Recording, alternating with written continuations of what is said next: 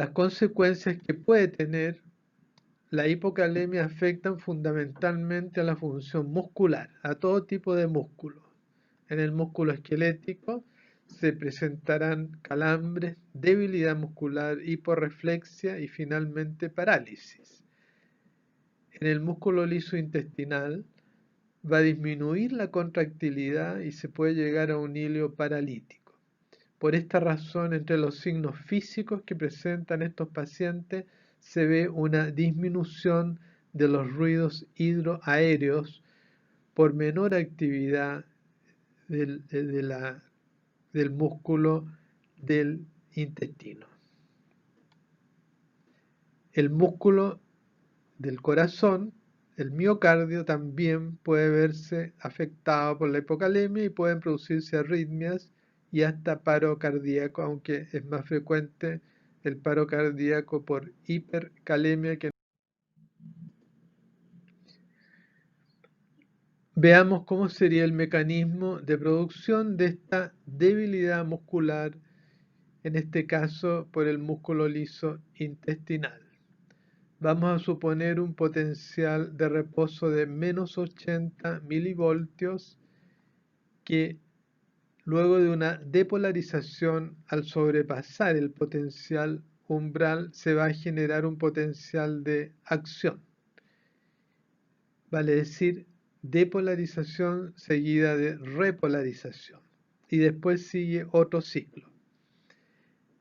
El potencial de reposo está regido por la ecuación de Nernst y ustedes ven que acá tenemos una constante negativa y un cociente de concentraciones intra y extracelulares de potasio.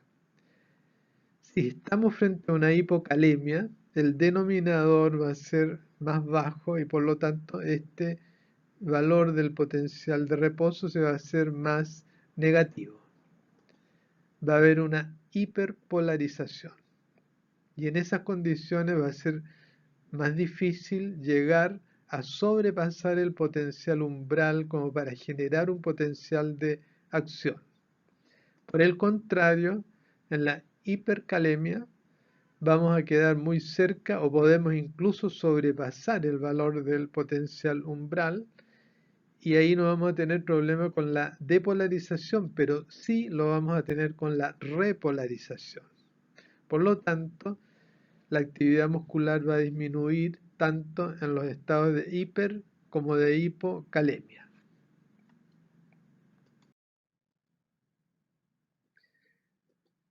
Las consecuencias renales de la hipocalemia incluyen un trastorno de la homeostasis del agua, en que hay una pérdida de la capacidad para concentrar la orina y también una alteración de la regulación del equilibrio ácido básico que conduce a alcalosis metabólica.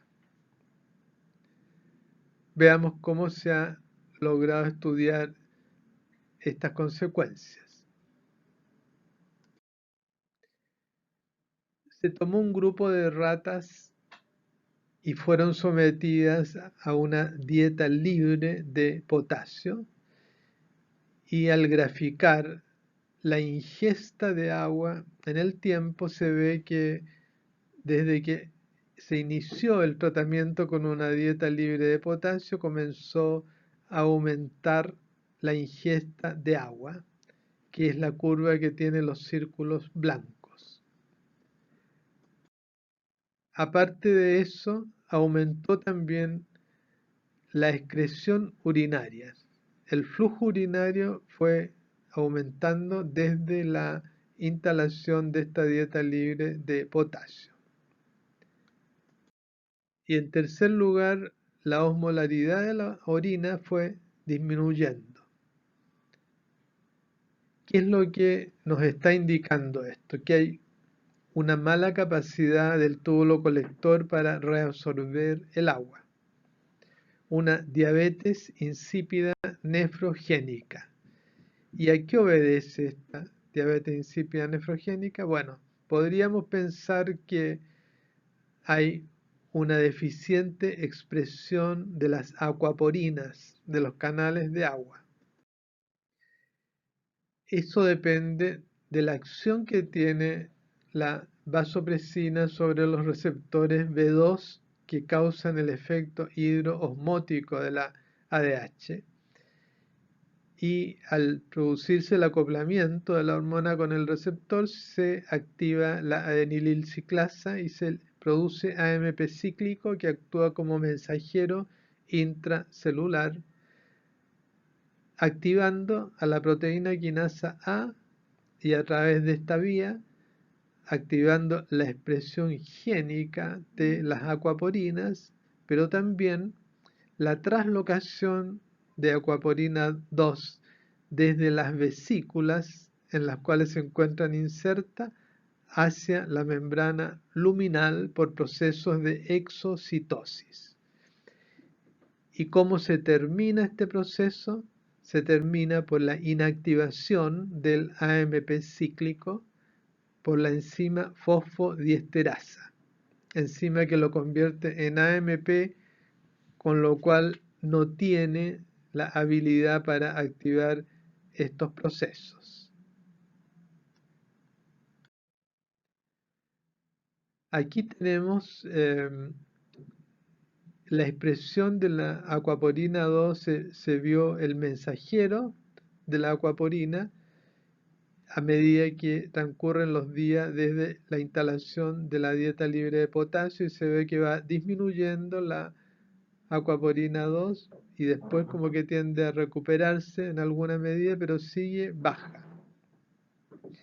Entonces ahí tenemos la explicación de por qué estamos asistiendo a una diabetes insípida nefrogénica. Sin embargo, el mecanismo molecular aún no está totalmente aclarado, pero uno de los hallazgos que se ha visto es que la enzima fosfodiesterasa se encuentra aumentada. Cuando han hecho cultivos de células epiteliales del túbulo colector en un medio pobre en potasio, esta enzima aumenta su actividad. Entonces podríamos tener ahí la explicación de por qué la hormona no puede ejercer su efecto, porque a medida que se va produciendo la AMP cíclico, lo va inactivando la fosfodiesterasa que se encuentra más activa y no da la oportunidad para que se produzcan los efectos de la activación de la proteína quinasa A.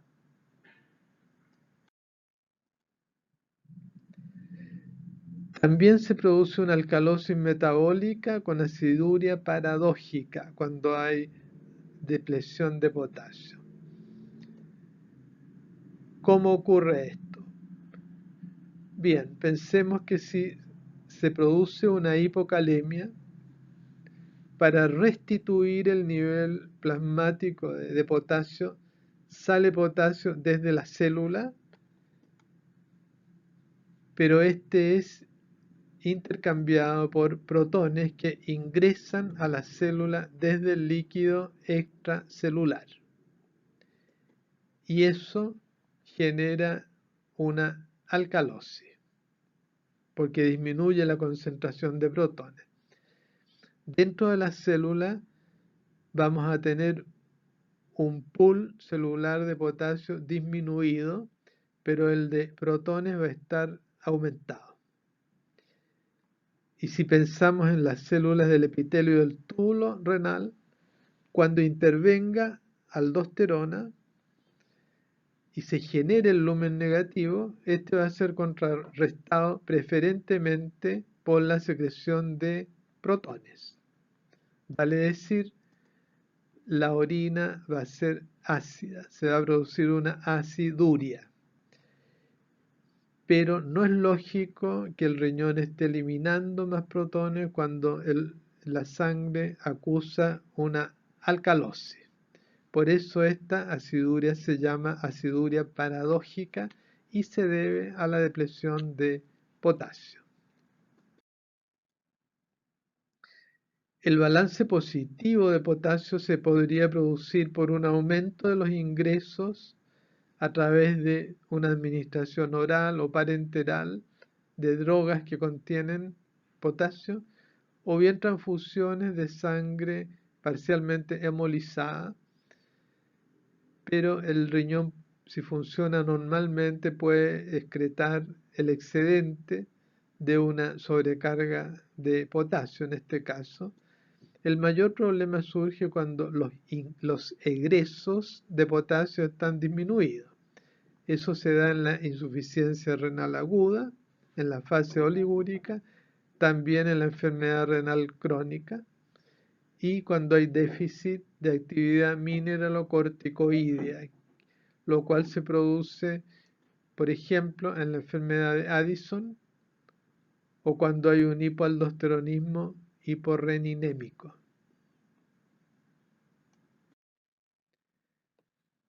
Dentro de las consecuencias de la hipercalemia que podría producirse por un balance positivo de potasio, lo más importante es lo que produce en el funcionamiento cardíaco. Tenemos acá el trazado del electrocardiograma normal en la parte izquierda y en la parte derecha hay un electrocardiograma de un paciente que tiene una calemia de 6.5 milequivalentes por litro. Lo más notable que se produce en este trazado es que la onda T se hace más acuminada, es decir, se hace puntiaguda debido a la hipercalemia. Vamos a pensar ahora en el manejo de una hipercalemia potencialmente letal como podría ocurrir en la insuficiencia renal aguda, en que se produce un balance positivo tanto de protones como de potasio. El balance positivo de protones nos conduce a una acidosis y el balance positivo de potasio nos conduce a una hipercalemia. ¿Cómo podríamos intervenir para atenuar esta hipercalemia? Bueno, en primer lugar, podríamos contrarrestar la acidosis si infundimos, por ejemplo, bicarbonato de sodio. Eso nos va a provocar un aumento del ingreso de potasio a la célula y por lo tanto va a reducirse la calemia. Pero esto puede conseguirse también por la acción de algunas hormonas, por ejemplo, la insulina. La insulina activa a la sodio-potasio ATPasa y eso provoca influjo de potasio, con lo cual baja la calemia. Entonces podemos dar una infusión de insulina pero con glucosa. Sabemos también que las catecolaminas, a través de su efecto beta 2 adrenérgico, pueden provocar este mismo efecto. Pero si damos adrenalina, tenemos también el efecto beta 1 adrenérgico y nos va a provocar una taquicardia. Existe un fármaco que es solamente beta 2 agonista, que es el salbutamol. Y con eso podríamos lograr el mismo efecto. Bueno, ustedes me dirán que con eso a lo mejor bajamos la calemia durante algún tiempo, naturalmente, pero ahora se puede hacer uso de los mecanismos de balance externo, suprimiendo los ingresos de potasio en la dieta y en los sueros y aumentando los egresos a través de la acción de los diuréticos. Existen también resinas que en el tracto digestivo capturan el potasio y son eliminadas ya que no son absorbibles, como el Kayexalate. Y también se ha recurrido a provocar una diarrea osmótica con sorbitol, con lo cual se logra movilizar hacia la excreción el potasio.